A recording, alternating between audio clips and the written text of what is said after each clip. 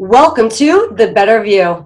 I'm your host, Tracy Belmonte, and I want to thank you so much for all of your support. Our first episode, our pilot episode, the support from you was overwhelming, and we're going to give you fire tonight, I'm sure, because it's been somewhat of a busy news week.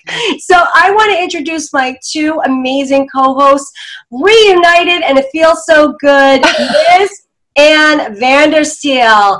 Anne, how are you? Diva, it is so good to be back in the saddle with you. I was so excited. I was telling you off camera, I've been looking at my clock all day. Couldn't wait to tape the show. So I'm ready to get on with this tonight. It is going to be lit. The hearings were off the chart today. Sad day for our country, sad day for the Kavanaugh family for sure, but really a sad day for justice for America because what we witnessed was really a travesty. Such a disgusting display, with a few unsung heroes like Lindsey Graham. I know you want to talk about that. I want to marry Lindsey Graham, and I hate that I'm saying this because, damn it, Lindsey, you make me love you. I know. You want me over. Now, joining us, of course, you loved her last week. You'll love her even more this week. This is Miss Rihanna Dilley. How are you, Rihanna? Hi, Tracy. You know, in fifth grade, I won an award for being most likely to host my own conservative talk show. So I'm literally over here living the dream. That's awesome. Can you believe that? My mom reminded me of that. Did you really? That's a true thing? I did, yeah. At my church, every year we did a Christmas play, and I always loved to do it every year. And they gave all the kids awards at the end of the play, and that was my award. Wow. I'm actually very impressed. And so you are living your prophecy. Basically, yeah, literally. And I totally forgot about it until my mom reminded me the other day. And she said, oh my gosh, Pastor Tad said this was going to happen. And I was like, oh, that's right. So I'm literally living the dream. The only award I ever won in elementary school in second grade was, what does the flag mean to me? And I got to read it in front of everybody at field day that had my little blue and white patriotic little dress. Oh. So I was a born conservative too, I think. That's awesome. I totally believe that about you, Tracy. I absolutely believe that. And now you know what, you're a school teacher and you get to like teach people what the flag means to them. Well, no, I guess you can't, but you know. No, and she still stands proudly for the pledge too. I absolutely do, and I say it with my hand over my heart, loudly and proudly, because I believe in modeling good patriotic behavior and turning out some good citizens. So, Anne, did you win any awards before we move forward? I'm not sure. What kind of audience do we have here? Can I talk? No, I'm just kidding. Actually, I just won, some Scholastic awards, some not academic awards, but physical fitness awards, stuff like that. Nothing really crazy. I think I got the most likely to be Ijim Jeannie when she grows up award, but that was just kind of my childhood dream. I loved her. I love that show, but that represented the part of America and a spirit of childhood that we grew up in when things were really sane and normal. When the craziest thing happened was, Ijim Jeannie rearranging your living room or a dog that could disappear and tear apart your uniform. And today what you're seeing was, just patriotism disrespected, someone's service for the last, 30 years on the bench, totally disrespected, and dissecting his high school yearbook and trying to understand what buff meant. I mean, come on. This is not what, we stand for here in this country. And the Democrats got excoriated by Lindsey Graham today beautifully when he tore down Feinstein and Schumer for their complete lack of respect for the process and just dehumanizing and just denigrating an entire family. I was never more proud of Lindsey Graham, but also never more sad for our country today as well. Yeah, it was quite unsettling when we've devolved into talking about boofing as a euphemism for flatulence. Like I was just mortified for Judge Kavanaugh, and we're going to get in to Judge Kavanaugh and Dr. Ford and the hearing from the female perspective. I think you'll be very surprised at what you hear come out of our mouths. So come right back. We'll see you in a minute.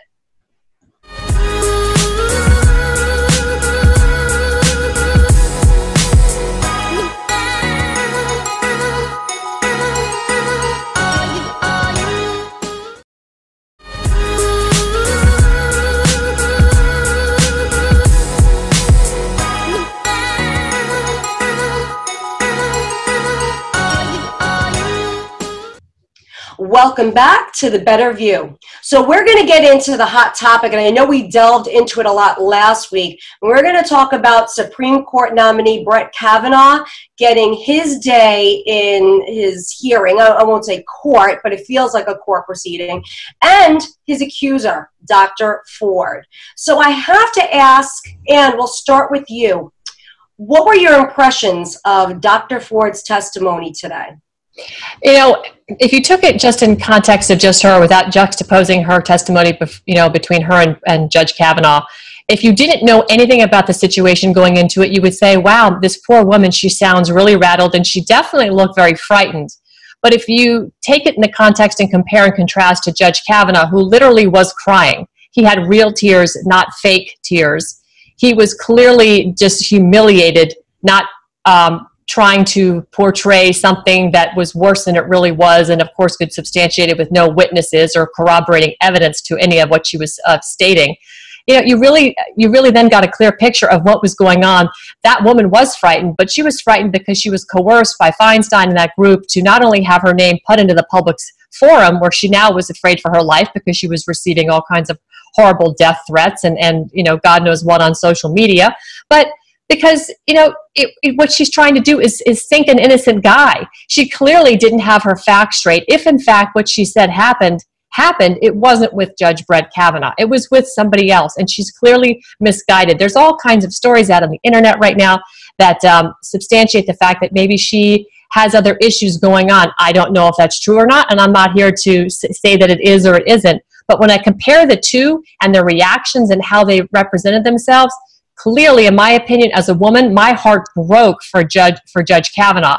And I looked at this other woman, I felt sorry for her because she seemed frightened, but I didn't find her to be credible, considering she couldn't really, her story changed even in mid-sentence. How she heard things, she didn't know if there was people there, but she heard people there, so there was people there. She didn't know the house she was in, she didn't remember the neighborhood, she didn't even remember the exact date. So how do you put something together and you compare that to somebody who has a calendar, not only with every date filled in, but with the people he was with on those dates going back to 1982. You can't, I mean, it's the contrast is just incredibly stark from that perspective. So I lean really to Judge Kavanaugh, and my heart breaks for him, and I feel sorry for her. Yeah, what did you think of Dr. Ford? What were your impressions, Rihanna? Well, I feel like I was probably much more harsh of a critic of her than the Senate was. They seem to be of the opinion that she is a victim and her family is a victim, and like Ann said, that she's been coerced. That's not entirely my opinion. I think that she is not a victim. I think that she's propagating a story that is just character assassination. And I think when it got too real, she actually did have a fear for the repercussions of what that was going to be. And that's why she immediately already started saying, oh, someone hacked my email and sent these emails saying that my story is not true. I didn't say that. I think she did say that. From what I observed of her behavior, I found her behavior to be incredibly disturbing and intentional. From her kind of fake tears, where there were no sniffles, and when you start to choke up and get emotional and get tears, your body's natural reaction is it creates all that moisture in your head, nose, and throat, and so you kind of sniffle like Judge Kavanaugh did when he was genuinely emotionally upset. And her kind of fake wavering voice and lack of real emotion was pretty evident to me. I saw somebody who's very mentally ill. Maybe she was taken advantage of for that. And it's honestly terrifying that that person is a doctor. And she obviously needs some help herself. But I have no pity for her or her family. She got herself to this point with every intention of doing it, which is why I think she looked completely, entirely shook when Michelle called her out about not getting a, oh gosh, what's the word? I'm doing it again. That's okay. I do it all the time. I'm blanking. The interview that they do, it's like step one. Oh, deposition? No, the forensic interview. Interview. Okay. Anytime, and sadly, I know this a little too well because I know somebody who had to go through this process with their child, of all things.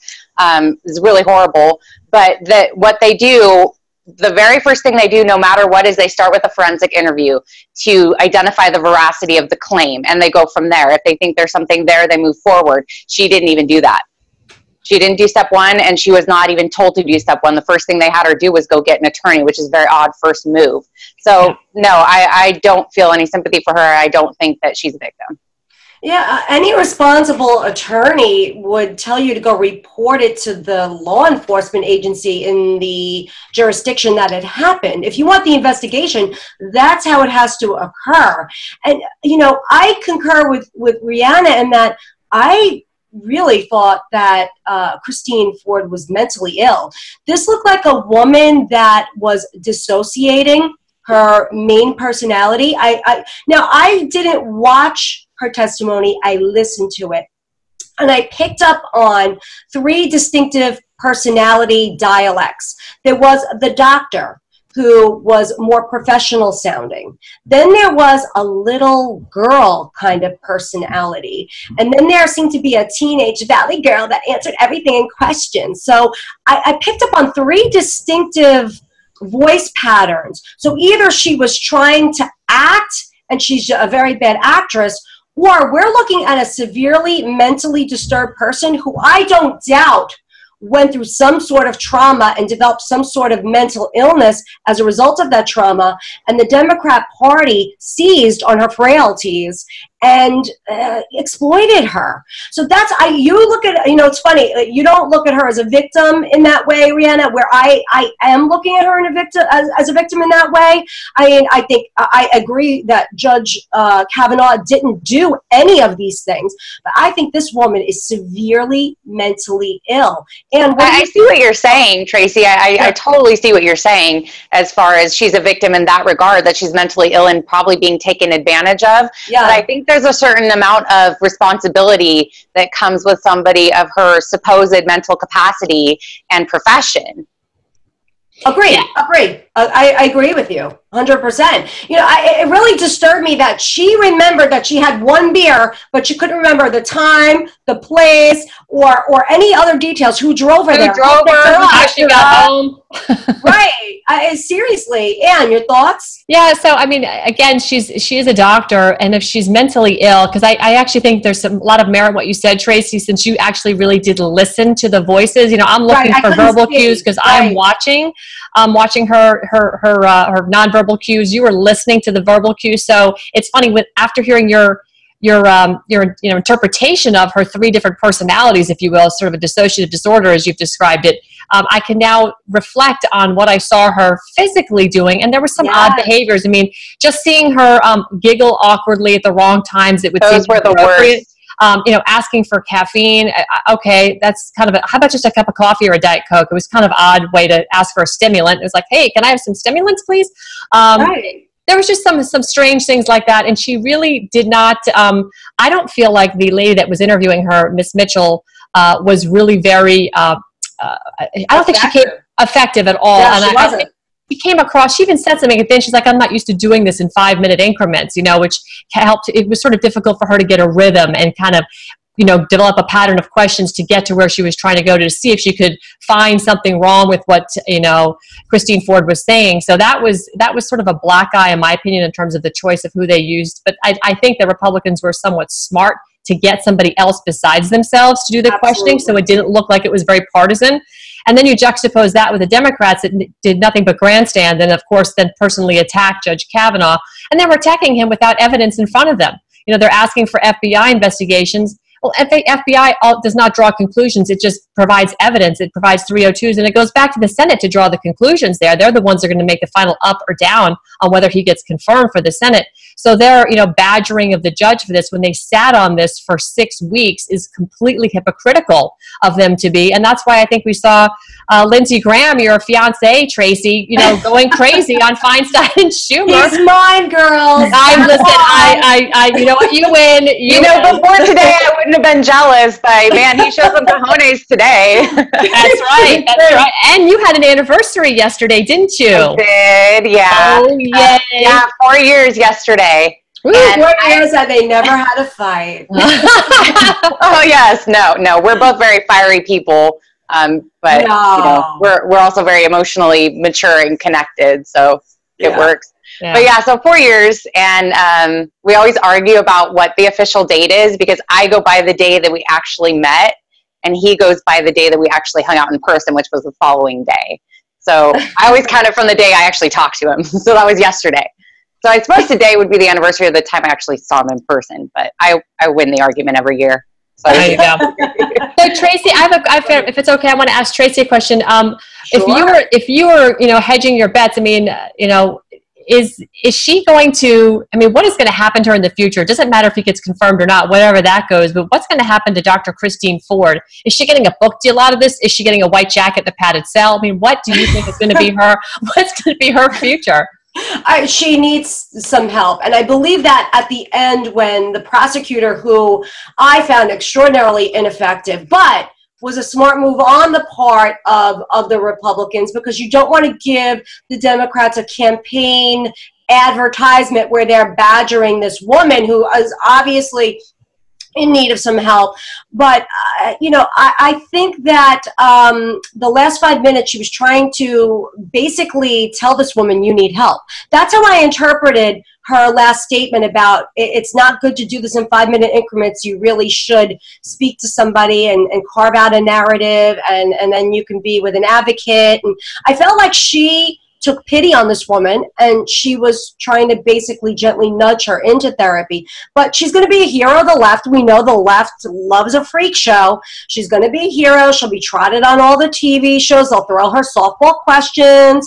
We don't know which personality will come out. She'll get the book deal and everything else. My night with Brett. I could see it already. Yeah. So, honestly, that's what I see. What do you think, girls? You tell me what you think is going to happen to this woman. I think it's going to be a Lifetime movie. And that's it. I'm not going with the book deal. I'm doing a Lifetime movie, and it's forgotten. The remake, yeah. I actually kind of disagree with you guys a little bit here. I thought that for the reasons you found Mitchell ineffective is exactly why I found her to be effective, because she very carefully walked a neutral line. She did not badger. She didn't harass. She was gentle with this person, treated them like she assumed that this person was telling the truth and was a victim and was trying to establish that. And I think that that's exactly why she was a good choice, because of exactly what you said. There's no hit piece there. There's no way to say, oh, it was unfair. The witness wasn't treated properly. There was bias involved. We demand a retrial. They took a woman who did a very good job being very neutral, third party, and kind of gentle. And I think she did exactly what she was intended to do. And the senators, when Kavanaugh came out, kind of did the rest and filled in the blanks. So that was my take on Mitchell. But as far as Ford, by the way, I love the dissension. I love when we disagree. I love it. So actually, I think we disagree because I could be completely wrong. I think it has merit. I love it definitely has merit. I agree. This is just coming from my point of view, for whatever that's worth. My 2 pennies. But as far as Ford goes, I don't know that she will come back out in the public eye. I think she might do like Anita Hill and the rest of them and kind of take what she got from it and disappear. She didn't want to come out in the first place, I don't think. Yeah. Well, didn't Anita Hill make millions after the whole Clarence Thomas debacle? I'm not sure if she wrote a book about it, but I know she does public speaking tours now, and she's a millionaire many times over. From what I understand. She may capitalize on it. She might go full Monica Lewinsky. Who knows? But I don't know. She seems pretty fragile mentally. Yes. So I don't know if she has the fortitude for it. Yeah, her what I could see is somebody like Avenatti, again, propping her up and helping her make a penny by making a penny off of her. You know what's interesting is the allegations that came out with Swetnick. What a name. It fits her so perfectly. And it was just the most disgusting of allegations. Did you know that she was represented by Deborah Katz, who is Dr. Ford's lawyer, in a 2002 sexual harassment suit? So it almost looks like Katz and company went through their files and picked someone who was around the same age and was desperate for money, because we know she was $100,000 in arrears. She owed these back taxes. So she was very, very desperate to, put her 2 cents into the pot, if you will, just to borrow your analogy. So we're going to talk more about that when we come back. And don't miss Drag Queen Story Hour. No, I'm not reading you a book. Ha ha. We're gonna delve into that also, because that was an interesting story this week. We'll be right back.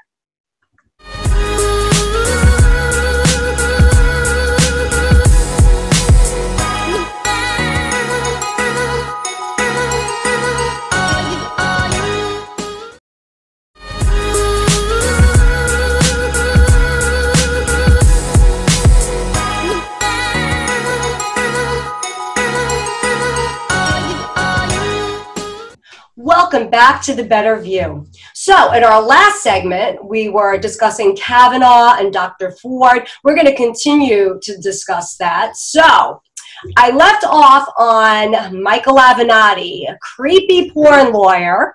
It appears that his client, Swetnick, Julie Swetnick, that is just, it really is the perfect name. She looks like a Julie Swetnick.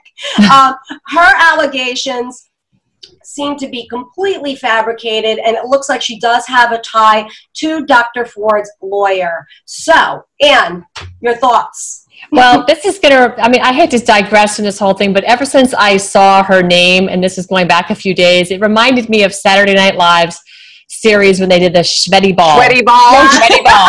And I had to be totally high school. Sorry, Brett. If I had a beer, I'd cheers you, but I had to put a tweet out about it because I was like, this is just too perfect. You know, again, it's like, it's the same. What is it with the Democrats and what is it with people that are related somehow back to that whole cesspool around the Clinton cabal? But you have Avenatti, you have Christine Ford's lawyer. She's meeting and having meetings with Hillary Clinton, by the way. How is it these people all coalesce and swim in the same cesspool together over and over and over, and they use the same tired playbook where, because they have no issues, because they can't argue and try and bring down Judge Kavanaugh on anything other than, you know, his 300 plus opinions he's written are, you know, A++. They can't argue that. They're going to try and attack him and destroy him with fake, you know, sexual harassment stories. The thing is a joke. It's not as if, I mean, let's just assume that he said something that these were true allegations, that he was really grinding on some girl. They're in a high school. I mean, I'm not going to sit here and tell you about my personal life, and I don't want you to either, but we all know that this happens all the time. This is what kids do. They're stupid. Okay, they're just stupid. I don't believe Brett Kavanaugh is one of those kids, by the way, judging by what he's already confessed to doing, judging by his calendar, judging by listening to him. He kept the calendar. I mean, he kept the calendar. I mean, where's the black book? You have 5 stars. There's none of that. Nobody who writes down their social gatherings in a calendar, like, oh, I'm hanging out with these 3 people on Friday. That guy is not a predator. It's the nerdiest thing that you could possibly. Exactly. Yeah. So, I mean, all the ties, the Strzok, McCabe, there's too many interconnecting links there for it to be legitimate. That's right. And Swetnick is just another one that's another fake ember on the fake heap of a burning bonfire of the Democrat Party right now. It's just, they might as well just, you know, stick a fork in them. They're done. He's gonna be confirmed. He's gonna be the next SCOTUS. And Swetnick and her fake story is gonna go down. And frankly, he should sue her for slander and for libel, just like Roy Moore is doing. He's suing his 4 accusers himself for the same thing. Meanwhile, he's off in Australia riding horses, having a good old time, being a cowboy, being a good, strong cowboy that he is, and he's suing these accusers back here that basically destroyed him. In addition to the fake election that they had with the the stolen election they did down in Alabama. But Swetnick, she's just BS. Sorry. That's where I stand with that. I couldn't understand how after, you know, going back to Dr. Ford's testimony, because I do want to go into Kavanaugh's testimony as well. Fox News, I'm listening to it and they're sitting there. Oh, she was so credible. She was so wonderful. Oh, it's over for Brett Kavanaugh. I mean, did you feel that way, Rihanna?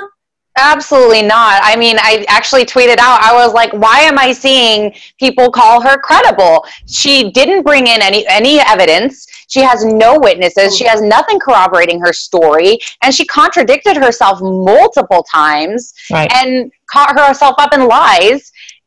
How is that credible? What is the definition of credible now? It's right up there with guilty until proven innocent. It just doesn't make sense. It's not what we do.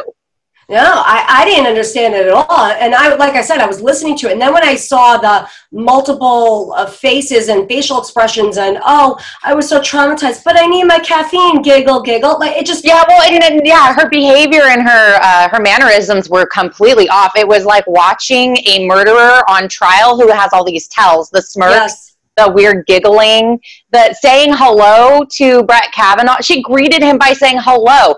I would never greet somebody that aggressively attacked me and traumatized me for decades of my life. Hi, how you doing? What you been up to? What's new? How are you? And I'm not discounting that she probably had some sort of traumatic experience, not at the hands of Brett Kavanaugh, but you can't really talk to a woman alive who hasn't been scared by a man at some point. Am I wrong? I think we've all probably survived similar situations where we've been alone with a man, we didn't feel comfortable, they scared us. So I don't think any of us have, lasting trauma as a result of this. What doesn't kill you makes you stronger, right? And if you don't stand up for yourself and do something about it at that point in time, then shame on you. I mean, honestly, you don't.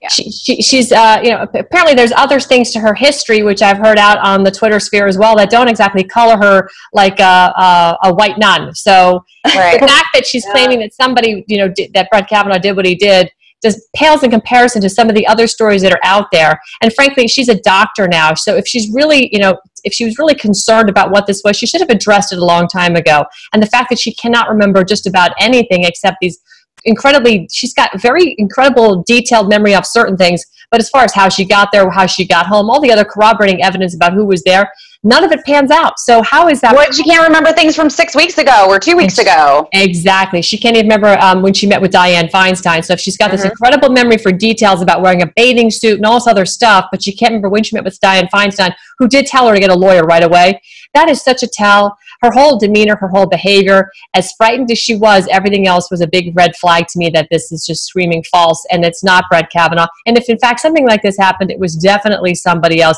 And what's up with the two guys that came forward that said they were the ones that did it, that had nothing to do with the judge? Where are they? Brett Kavanaugh. Where are those guys? Yeah, where are they? Like, what man would put themselves in that position and say, yeah, we were the ones that assaulted this woman? No man in their right mind would do that. So we don't know about that. Well, we're going to find out more, I'm sure, as the days proceed. Now, Rihanna, about 3 p.m. Thursday, Eastern time, not your time, you're on Arizona time, we finally got to hear Brett Kavanaugh speak. And we heard before he spoke, that's it. It's over for him. It's curtains, Johnny. And then he delivered what will become one of the most historic opens in Senate committee that there will ever be. They will point to this moment. This was history. What did you think about it? Oh my gosh. You know what, Tracy? I am not one to normally personalize or emotionalize politics. I'm with Brendan on that. We kind of make light of it. We have fun with it. We make a lot of humor out of it and a lot of sarcasm and whatnot. But this, for me, it really hit me hard. I was really choked up. I was really emotional watching it. I was actually at the gym and I was on the stair climber and I was in the middle of public just trying not to just be bawling because the emotion in his eyes, the expression, the fire, the words he was saying, the sound of his voice, that was a man who has been through hell. His family's been through hell, and you could feel it and you could see it. And I saw some photos of his wife and her face while this was happening too. And then when he referenced his father in his calendars and we talked about his 10-year-old, okay. I know. When he was talking about his 10-year-old daughter and talking about praying to forgive your enemies, and you could just feel it. I feel like the whole nation felt that. What are you going to say to that? And I mean, everything after that that he said was just, my heart was breaking. My heart was just breaking. But I also felt like, this had to happen. It had to be let happen because here we are. The whole country is more galvanized behind him than they ever would have been. Because if you remember, when his hearings first started, a lot of the Republicans were kind of complaining about him and saying, oh, he wasn't the best pick, or oh, he's not strong enough on these issues, or I don't know about this about him. Not anymore. He's a saint now. His whole family is a saint. Everybody loves him. And you know what? Because of how cerebral he has been through this process, and because there's no vengeful spirit in him, and because he's stuck to facts and cited evidence and had no loss of memory or recollection or conflicting stories anywhere, this is why I'm convinced watching this that he's going to be a great justice. Perhaps we need to thank Dr. Ford and the Democrats because the American people got to see his true character shining through, and no amount of fakery could produce that kind of raw emotion. And you compare that to Ford's fake tears and odd behavior, and it's such a stark contrast. Yeah, I mean, shame on the Dems for bringing this on, and shame on them for his emotional testimony and making me cry and ruining my makeup. And you know what? Shame on him for having this man who's led a stellar life having to go up there and talk about his sex life, defending his good name, defending his family, his stellar career. Shame on them for politicizing this whole confirmation process. This is supposed to be about women. He has daughters. Why is nobody considering them? I mean, obviously we are, but as far as the court of the public, why is nobody considering them and their rights in this thing? I mean, the whole thing is just a horrible. And do you think... I'm shocked that, I guess I shouldn't be shocked that it got to this point, but it has, and it's awful. Anne, what was your reaction to all this going on? Well, frankly, when you looked at his wife sitting behind him, that was just, it was hard to, put myself in her shoes, because watching him talk to, when he first opened up and he was talking about his father, like Rihanna said, he was, reflecting on how he kept a calendar and he learned it from his father. And you could see that clearly got him moved. He was really choked up about it. And he wanted, he thought that was such a great thing to do and memorialize his life. And frankly, did he know 36 years later, that would be the thing that exonerates him from, being in the wrong place at the wrong time based on what somebody else is saying where you were. I kept date books and planners and stuff, but I don't think I was doing it in the early 80s. It was not until I got into college that I was doing stuff like that. So, he's so bad at my calendar. He's so fortunate he was doing that kind of stuff and really keeping copious notes, and that he led such a good, life. He was top of his class. He must have mentioned that a dozen times. He kept bringing that back up, that's where his heart was. He was really into his studies. His dream was to be a Supreme Court justice one day. So, this is more than just his good name being dragged through the mud. This is more than just his family being destroyed. His little girls that he and his wife had to explain what's happening to. I mean, I can't imagine if I ever heard my parents talking about how somebody else is saying that my father did this and did that when he was, my age at 15 years old or however old. It's just, the whole thing is disgusting. But his whole lifelong dream has been dragged through the mud and potentially vaporized before his eyes. I mean, I believe he should be confirmed, but what if he's not? What if he's not confirmed? What if that happens? And that would be because somebody decided they were going to joyride his good name right down into the ditch, and Feinstein and Schumer and that entire Democrat disgusting pit of vipers thought this is how they're going to save the seat. They're not saving the seat. They're destroying a country. And I can tell you right now, if they think they're going to get this through and they're not going to confirm Kavanaugh, they have another thing coming, because all that's doing is firing up the base more. The independents are horrified. Yes. I can assure you, every single independent woman that watches today is leaning the way we are right now. And they're going out and they're voting on November 6th. They're going to vote for the Republicans. And guess what? We're not only going to get Kavanaugh on the bench, but we're going to get the next one and the next one after that. They are absolutely not going to win these elections. And they think this is going to flip the whole narrative for the midterms. They are so lost. And that just shows you how wrapped up in their little bubble they are over there. It's just disgusting. Yeah, and then I'm sorry, Tracy. Okay. Go ahead. I'll hand it over to you in a second, Rihanna. I have to remark about after he gave this unbelievable opening statement, this very emotional opening statement, then Feinstein gets the chance to question him, and she looked like, the jig is up. But she yielded all her time. She basically just brought up the FBI like every other single Democratic senator, and she knew. You could tell in her face, like maybe she does have a heart deep down inside underneath all the cobwebs, but she knew that jig was up and she destroyed a man, and she's responsible for destroying that man, because she could have brought that information up way back in July when she had it. So go ahead, Rihanna.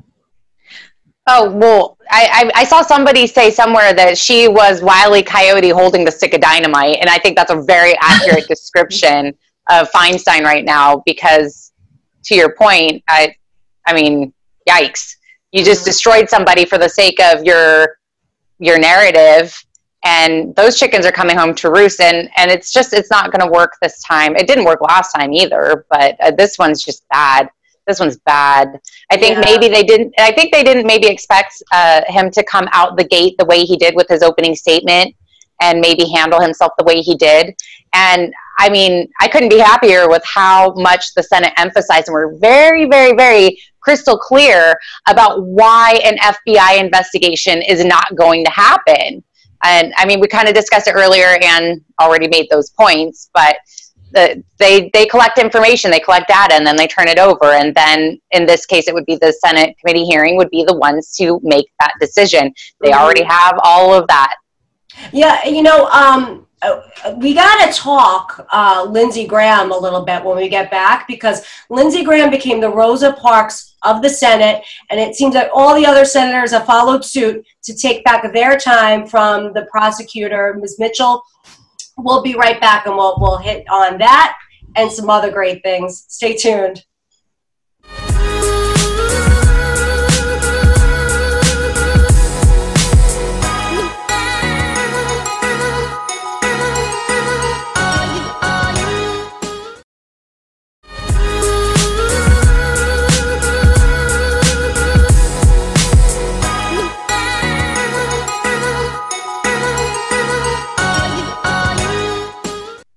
Welcome back to The Better View. In our last segment, of course, we were talking Kavanaugh, so we're going to wrap up the Kavanaugh and move on. But before we do, ladies, some parting thoughts. Anne, we'll start with you. Well, I have to say I stand with Brett Kavanaugh on a number of things, but clearly I stand with Brett Kavanaugh on I like beer. So I'm with Brett on that. But no, in all seriousness, I'm really heartened by what I see in a man who has come under fire, who asked to have this addressed immediately and was put off by the Senate. I think Grassley did a massive disservice by letting this go on for as long as he did. I was glad to see Lindsey Graham step in there and pretty much save the day and excoriate Senator Schumer and Senator Feinstein for their despicable acts. But I do think that America has had yet one more reason to vote Republican this November, because when you consider that people that are supposed to be working for you, we pay them to do their job, sit on information that could potentially be, life-changing, and it is life-changing information, to sit on it and use it and weaponize it at the bottom of the ninth before a confirmation, just so they could stall tactic a seat to be filled, so hopefully they can try and win some elections. This isn't what's good for the American people. This has been a you-know-what show, and it's disgusting behavior, and this is not what our elected officials are supposed to do. So if America is to take what happened today at face value, they have no choice but to vote for the Make America Great Again candidate, because that candidate would not have allowed what happened to Brett Kavanaugh and his family happen today or in the last 2 weeks. It's been absolutely disgusting. So that's my takeaway. Yeah. What about you, Rihanna? Do you think he gets confirmed after this, and any other final thoughts?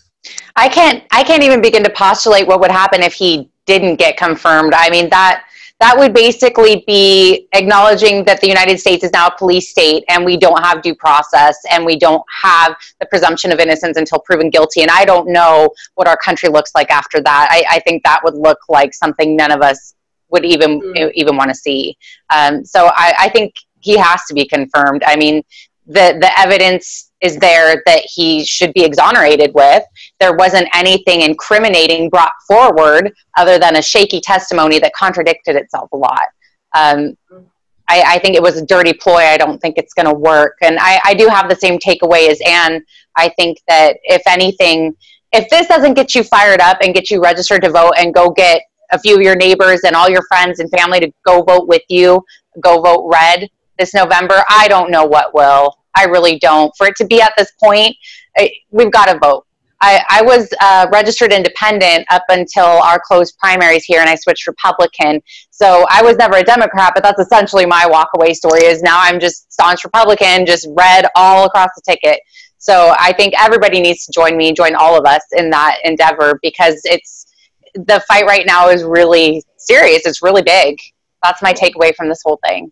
I think as you get older and older, you become more Republican too. I really do, because you're paying out of your pocket, and you see your taxes going to nothing on these social justice type of programs. But I have to say, like, this is today and tomorrow and the next day. This is important, because this is a war on men. This is a war on men in our society. And if we let the Democrats get away with this again and pull the stuff that they pull with Roy Moore and vilify an innocent man and just ruin his life. You know, what's really stood out to me was when he said, I used to love teaching, and now because of what you've done to me, I don't think I can ever teach again. And I used to love coaching my daughter's basketball team, and because of what you've done to me, I'll probably never be able to do that again, because you've soiled my name. This is a war on men. It could happen to your husband. It could happen to your boyfriend. It could happen to your son. We live in dangerous times. I'll tell you a quick little anecdote today. I had a nice little Melania-esque outfit on And a gentleman paid me a compliment and said it was such a classy, sharp-looking outfit. And I said, thank you. And he said, oh, is that okay? Can I say that? And he said it with all seriousness because he didn't know me that well and he doesn't know my personality. I said, any woman that wouldn't take a nice, sincere compliment from a gentleman that is not being a pig, it's not like he's going, hey, baby, nice, headlights or anything like that. I mean, this is the point in society that we've come to, that men are afraid to even pay a woman a nice compliment. So this is a very, very important time in our history. And I'm so happy that Lindsey Graham kind of started the coup, if you will, and said, if you're a Republican and you vote against this man, there is something vitally wrong with you, because this is a man that is innocent. There is no evidence. Even her own witnesses say it never happened. So, oh, goodness gracious. I'm really glad you touched on the war on men, because we have sons, we have children, and what are we leaving them? And what are we leaving for us as women? Why, we're destroying men.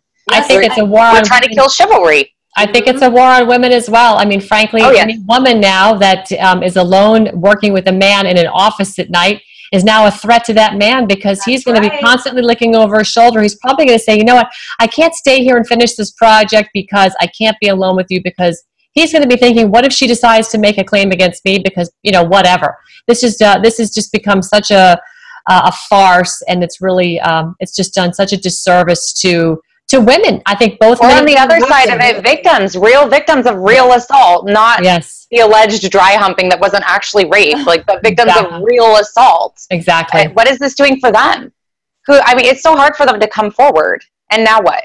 Exactly. If they weren't believed before, they're certainly not going to be believed now, because of all of these crazy allegations that get thrown at a person 36 years later. It's absolutely ludicrous. I can understand a victim being scared and not coming forward, but I can't understand what's taken place in the last 10 days. I think it's absolutely disgusting. I don't want to use the word deplorable, because to me it has a wonderful connotation now, but there's no word. Reprehensible. Reprehensible is a wonderful word. It is. They are the reprehensibles. They truly are. So I had to switch gears a little bit, and I certainly hope that Brett Kavanaugh is confirmed, and I would definitely buy him a beer if I ever saw him anywhere. But I don't know if you both heard of this drag queen story hour that's going around the nation. Have you? Lay it on us, baby. Lay it on us, baby. Well, it's an organization of drag queens, and what they do is they go to different public libraries, and schools will bring them in. They're dressed to the hilt, they're dressed to the nines, and let me just state for the record, I have no problem with drag queens. I became friends with them in my misspent youth in the limelight, New York City. They told me to do hair and makeup, obviously. That's why you look so fabulous. Exactly. They're the ones who know. That's right. Nobody does hair and makeup better than a drag queen. It's unbelievable. No, if only I could. I could. It's a true story. I'm telling you, lots of misspent youth, innocently enough, dancing in nightclubs in the city. But basically, they go into schools and they try to bust gender roles, that there is no boy thing. There is no girl thing. It's an everyone thing. And I take issue to that, and apparently so did a lot of parents and other activists at a public library that was in my neighborhood that hosted this drag queen story hour, because there was a big protest outside the library. So, Anne, is drag queen story hour something that you would want to bring your son to? Not in the public school environment. If they want to hold it in the Limelight or Studio 54 or some nightclub at 2 o'clock in the morning, that's fine. If you're going to be a derelict parent and drag your child to that, more power to you. I don't know what to say about that, but to bring it to a public school environment, I mean, whatever happened the day when you had your PE and your sex ed class, and girls went with the nurse and boys went with the PE teacher, and you learned about your different genders. You learned about the other gender, but not in the presence of a boy or a girl or the opposite sex. But you got the 411 on that information, the birds and the bees. You snickled, you chuckled at it, and you went home. You maybe asked your parents some questions. Maybe you're like, oh God, I hope they don't ask me anything. But to bring in a gender neutral person like a drag queen or and try and represent that as something that our children have to emulate or look up to or consider as an option when they're still trying to just figure out what it is they are is totally confusing. I mean, I really do take issue with that, and I would not want that brought into my child's school, not even into their high school. I mean, when they get to college, my daughter goes to the University of Colorado in Boulder. Trust me, she sees it all there. She sees it all. So, but to bring that sort of individual into an elementary school, no, thank you. Yeah, I'm not on board. I know. Why can't kids be kids anymore? I know, Rihanna, you're a parent and you have small children. I mean, first of all, this would never happen in Arizona. No. They chase them out with their guns in areas. But, I mean, how do you feel about this as a parent? I'll give the same disclaimer you did, Tracy. I have nothing against drag queens. I actually love them. I'm a fan. But everything in its right time and place, and especially with my young children, let children be children. I'm 100% with both of you on that. This is completely inappropriate. It's social engineering is what it is at its worst. I don't want my young children learning about gender fluidity and sexuality when they are not at the point where they should be learning those things. And regardless of what you tell me about your fantasy about gender, there are two genders. There's male and there's female biologically. And let my kids learn that before you start trying to cram anything else down their throats. Yeah, it's just like, I don't know why we have to drag sexuality and gender identity into everything. It's getting ridiculous. Everything. And, you know, speaking of, did you know Bert and Ernie are gay? Apparently. Oh, no. Yeah, I was Bert for Halloween one year. Oh, no.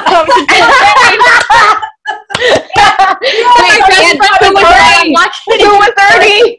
Who was Ernie, Ann? I was Bert, and she was, my little friend was Ernie. We made paper mache heads, the chicken wire. I mean, it was the best Halloween costume ever. It really, people were like, wow, that's really good. Did you buy that somewhere? I'm like, no, we made it. It took us like 3 months to make the Bert and Ernie costumes.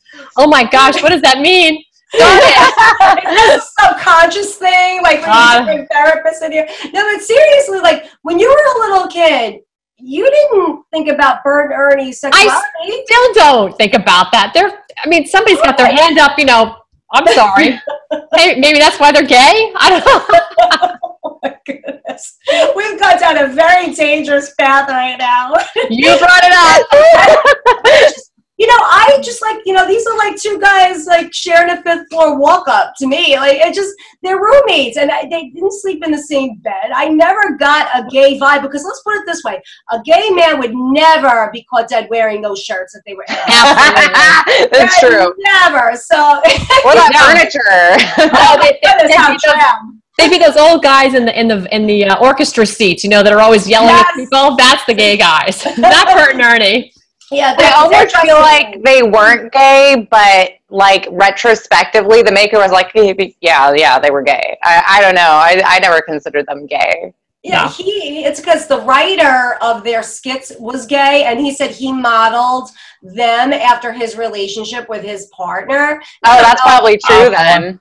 Yeah, so now he's coming out like it's okay to say, like, again, just like with drag queens, I have no problem with gay people. I'm friends with so many of them. I love them to death, and they do what they do, and you know, whatever. And they don't judge me. I don't judge them. It is what it is. Right. But why do we have to interject once again sexuality into childhood? Why? Why are we doing this, Rihanna?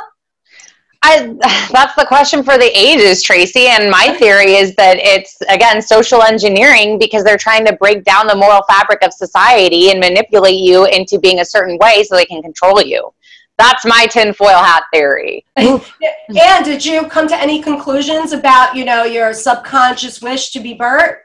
Well, apparently I have a really... Was it Freudian, Anne? You know, I guess. Everyone in my generation's all a little gay, I think. So we grew up on Disney. Everyone's like 10%. What does it say about my fashion sense if in fact this is what gay men choose to dress like? Clearly I'm not a good gay person. I don't know. I don't even know what to say about that. This is the first I've ever heard of this theory, and I just don't even know what to say. You've really caught me off guard, Diva. Honestly.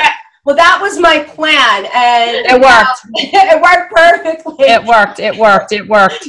Now, since we are talking about, you know, cultural things, there's another cultural study that came out. I know Rihanna is going to get married soon.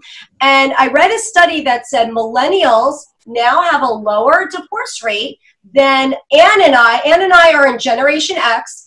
And Rihanna, you're a millennial. So you are getting married soon, so that's good news for you. The divorce rate is 18% lower, and we're going to be right back. I want to get your thoughts on that. You too, Anne. So you have some time to think up an answer. I don't want to catch you off guard again. So we'll be right back right after this.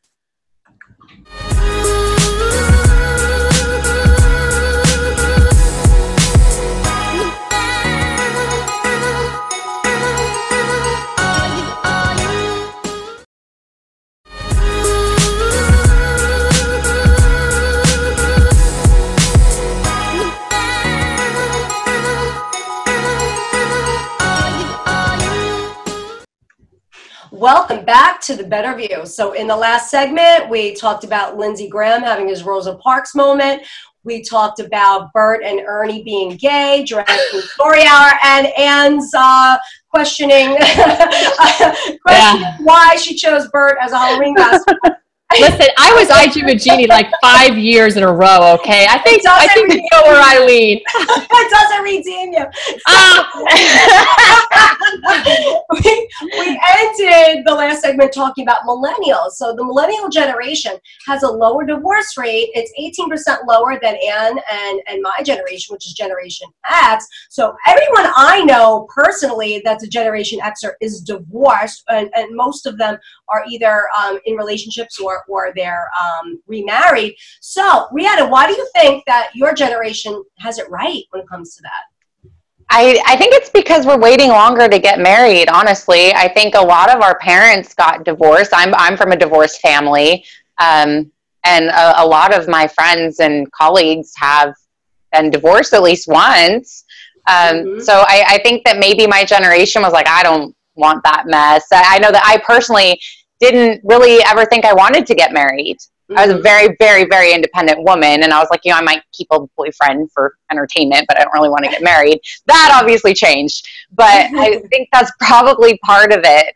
You've got the feminist movement, and you've got a lot of kids like me from divorced homes, and we probably just didn't want to go through it, and we're getting married much later in life. That's my guess, because I'm 30 now. I waited till 30 to get engaged. Yeah, I tend to agree with you. I think that your generation is waiting longer. You're going to college. You're more settled in your financial life, and we know that money is the number one stress when it comes to marriage and divorce. It's definitely often. So maybe an Obama economy had a lot to do with it. That could very well be. You never know. Like, there's so much optimism now. I almost want to run out and get married. So, Anne, what do you think? Yeah, I agree with what Rihanna's saying, and I think the Obama economy actually is probably not a bad analogy, but I'm on my second marriage, and I have to say the second time around, way better than the first. I was married younger than Rihanna, is getting married by about 4 years, almost 5 actually. So, jumped into it, but I did not come from divorced parents, and my ex-husband didn't come from divorced parents, but there was a lot of dysfunction in both of our parents' marriages, and so that dysfunction translated, I guess, into my previous relationship. But I have 3 beautiful children, so I wouldn't change anything about it. I just happened to get really lucky when I really didn't want to be in a relationship. I met my husband today, and I tried like heck not to want to meet my husband, but it worked out that, here we are, and it's like I've been married to him my whole life. He's my best friend. He's my everything, and I can't imagine not having my life with him. So very lucky, but I feel like, I'm also older now, so I know what works and what doesn't work. And I'm also not afraid to speak my mind and call out the pink elephant in the room either. Whereas before, I did everything not to make waves in the relationship, and I buried a lot of things. We never talked through things because, I was just sort of raised you didn't do that. So now, we're different. And like Rihanna said earlier, she and Brendan are both fire. They speak their minds, but they're also do it with maturity. And I think my husband and I can do that as well.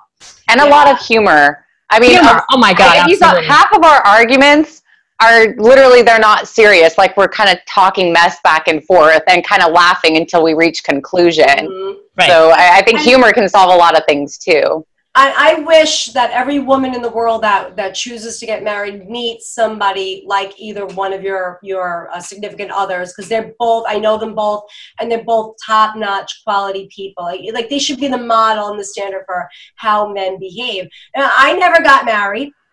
I always marched to the beat of my own drummer. I was always a little strange like that. And I said, I'm not going to get married unless I'm absolutely sure.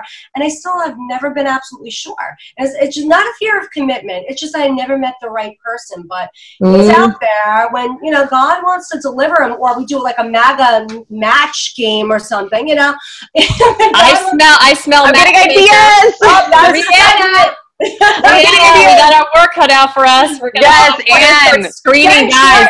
Guys, DM me and Brianna and give us your resume and pictures, and we will screen you for Tracy. DM us to get through round one. That's right, round one. Must be MAGA, because I remember going on a date with a gentleman that I did not know what his political affiliation was, which is rare for me. And I found out he voted for Obama, and I wanted to stab him with a plastic. So he feels stabby. I didn't do it, but I'm going to say that the scenario ran through my head a couple times. But anyway, we're going to wrap up. When I was in California, dating was tough. I don't think I met a single conservative. I'm in a blue state. There. Yeah, I'm in a blue state, so it is significantly a lot more different to find somebody that I'm compatible with, because there are liberals everywhere. And I don't like soy boys with the man buns, and not for me. But we're gonna wrap. You're way too tough.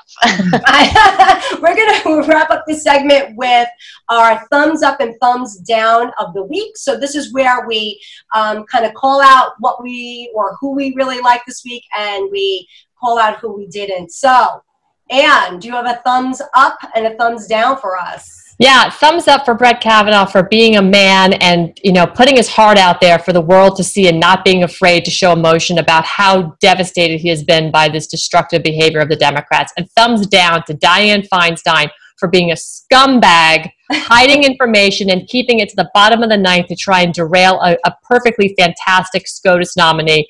And I just want to remind Dianne Feinstein, she's going to go to jail. Okay. Thank you. Take it to the bank, honey. You and your Chinese spy are going to see a military tribunal. So thumbs up to that too. Yeah. Amen. Amen. Round of applause. Brianna, what thumbs up and thumbs down do you have for us this week? Well, I actually changed mine after watching the hearings today, but you kind of touched on it. Mine was thumbs up for military tribunals, because those are coming. They are coming, and there's nothing you can do to stop it, and I think this has proved it. We're going to see them confirmed. So thumbs up for military tribunals, because those are next. Thumbs down to the Democrat Party for pulling this BS and thinking it was going to work and dragging things out to allow this man and his family to get dragged through the mud for an extra 10 days on top of what Feinstein did already. Absolute thumbs down for that. Yeah, and my thumbs up is not going to be political, but it does involve Anne, I want to give a thumbs up to your husband, John. Oh. And your husband, John, finished his last radiation treatment this weekend. Yeah. He's doing great, and he looks great. And we love you, John. And big the video of you ringing the bell was incredible. Yeah, oh, God. He's sitting in the room while we're taping this right now. I can't wait to tell him. So sweet. He'll be so touched. Honestly, love you, John, and it made my week to see you ring that bell, signifying your last radiation treatment. And we all wish you continued healing and continued prayers. And he got through this part, so you get through anything now. That's right.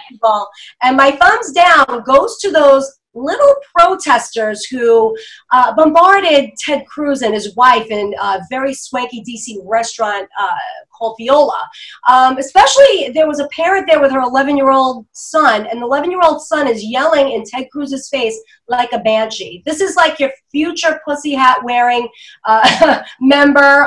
This is how they're made, and it's just very startling to see that. There's a fine line between protesting and harassing somebody that's just trying to go about their evening. So big thumbs down to them. So Anne, where can people find you on Twitter? And I know you have an unbelievable show, Steel Truth. Where can they find you? Oh, sure. At Ann Vandersteel on Twitter, on Facebook, and on Instagram.